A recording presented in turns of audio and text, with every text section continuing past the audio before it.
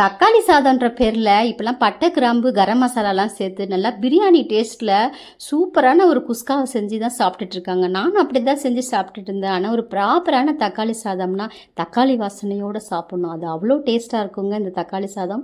எங்கள் அம்மா தக்காளி சாதம் செஞ்சால் சூப்பராக இருக்கும். இன்றைக்கி எங்கள் அம்மா ஸ்டைலில் தக்காளி சாதம் செய்யலாம். அதுக்கு ஒரு 3 தக்காளி பழம் எடுத்துக்கோங்க. நல்லா பழுத்த தக்காளியாக பெரிய தக்காளியாக எடுத்துக்கோங்க. அந்த காம்பு பகுதியை மட்டும் கட் பண்ணிவிட்டு இந்த மாதிரி நல்லா கரைச்சி விட்டுக்கோங்க. சாப்பர் இருந்தால் கூட நீங்கள் அதில் ரெடி பண்ணி வச்சுக்கலாம்.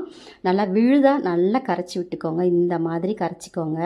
இப்போ ஸ்டவ் ஆன் பண்ணிக்கோங்க. கடாயில் கொஞ்சமாக எண்ணெய் ஊற்றிட்டு ஒரு 1/2 டீஸ்பூனுக்கு கடுகு சேர்த்துட்டு 1 ஸ்பூன் உளுத்தம்பருப்பு, 2 ஸ்பூன் கடலைப்பருப்பு, 1/4 ஸ்பூனுக்கு சீரகம், சோம்பு, ஒரு காஞ்ச மிளகா, துருவின இஞ்சி கொஞ்சமாக, துருவின பூண்டு கொஞ்சமாக சேர்த்துக்கோங்க. ஒரு 4 பச்சை மிளகா, கொஞ்சம் கருவேப்பிலை, ஒரு 3 பல்லாரி வெங்காயம் நீளமாக கட் பண்ணி வச்சுருக்கேன். அதையும் சேர்த்து நல்லா வதக்கி விடுங்க.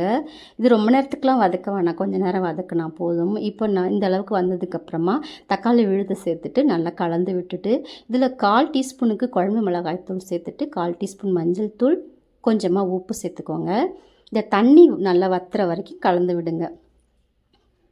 இப்போ ஒரு 10 நிமிஷத்துக்கு மூடி வச்சு எடுத்திங்கன்னா இந்த மாதிரி வந்துடும். இப்போ இதில் இருக்கிற எண்ணெய் மட்டும் நல்லா பிரிஞ்சு வர வரைக்கும் நல்லா ஒரு 2 நிமிஷத்துக்கு கலந்து விட்டிங்கன்னா நல்லா எண்ணெய் பிரிஞ்சு வந்துடும். இப்போ நல்லா எண்ணெய் பிரிஞ்சு வந்துருச்சு பாருங்கள். இப்போ ஃபைனலாக கொத்தமல்லி இலை சேர்த்துட்டு சாதம் போட்டு நல்லா கலந்து வச்சுருங்க. ஒரு 5 நிமிஷம் கழித்து எடுத்து சாப்பிட்டு பாருங்கள். அவ்வளோ அருமையாக இருக்கும். இந்த தக்காளி வாசனை கொத்தமல்லி வாசனையோடு சாப்பிடக்குள்ளே செம்ம டேஸ்ட்டாக இருக்குங்க. கண்டிப்பாக செஞ்சு பாருங்கள். அப்படியே மறக்காமல் நம்ம சேனலுக்கு சப்போர்ட் பண்ணுங்கள், சப்ஸ்கிரைப் பண்ணுங்கள். பாய், தேங்க்யூ.